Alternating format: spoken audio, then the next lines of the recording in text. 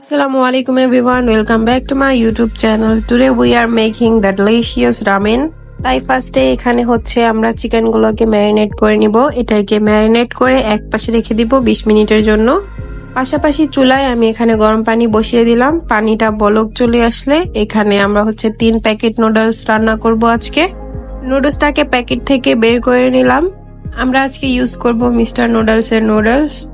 এই তো পানিটা গরম হয়ে গিয়েছে, এবার এর মধ্যে দিয়ে দিব হচ্ছে 3 প্যাকেট নুডলস। এইগুলো দিয়ে তারপরে হচ্ছে এটাকে ঢেকে রেখে দেব। তারপরে বলক চলে আসলে এর মধ্যে অ্যাড করে দিব ভিতরে যে স্পাইস মিক্সটা থাকে সেটা, চিলি ফ্লেক্স আর লবণ। আবার এটাকে ঢেকে দিব। অপর পাশে তেল গরম করে নিয়েছি, এর মধ্যে দিয়ে দিব হচ্ছে 3টা ডিম। ডিমের উপর অবশ্যই চিলি ফ্লেক্স আর হচ্ছে লবণ তো মাস্ট বি দিতেই হবে। এই তো লবণও দিয়ে নিচ্ছি। 3টা ডিম 3 বারে ভাজবো, তাই আমি এখানে 3টা ডিম একবারেই ভেজে নিয়েছি। এখন আমরা এখানে আমাদের চিকেন গুলোকেও ভেজে নিব।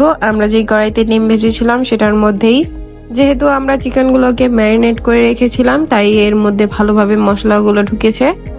চিকেনটা হতে হতে অপর পাশে আমাদের নুডলসটা হয়ে গিয়েছে। এবার এটাকে বাটিতে বের করে নিচ্ছি। এটাকে আমরা স্যুপ নুডলস রান্না করেছি, যেহেতু অবশ্যই রামেন রান্না করব। এই তো এবার এটা অ্যাসেম্বল করার পালা। ফার্স্টে এখানে ডিম রেখে দিলাম, তারপরে হচ্ছে এখানে আমাদের ভেজে রাখা chicken pieces, 2 slice of tomatoes আর হচ্ছে কিছু কিউকাম্বার কুচি। And here is our ramen bowl. এটা হচ্ছে বাসায় থাকা ইনগ্রেডিয়েন্টস দিয়ে 5 মিনিটে বানানো রামেন বোল। ভালো লাগলে অবশ্যই আমার চ্যানেলটাকে সাবস্ক্রাইব করবেন। Thanks for watching.